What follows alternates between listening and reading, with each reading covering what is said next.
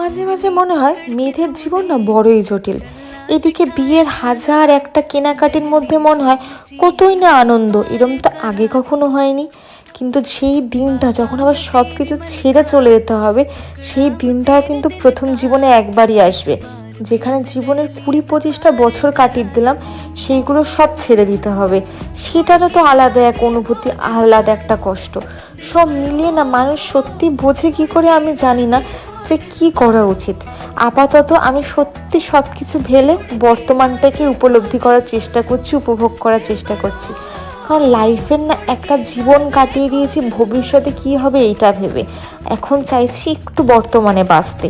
জানি না সবার চিন্তাধারা কি, কিন্তু বর্তমানে সত্যি মনে হচ্ছে যে আজকের দিনে বাঁচি। আজকে তেমনি যখন আইবুড়ো ভাত খাওয়ার জন্য রেডি হচ্ছিলাম, তখন কথাগুলো না সত্যি মাথায় নাড়াচাড়া দিল, এগুলো হওয়ারও আছে।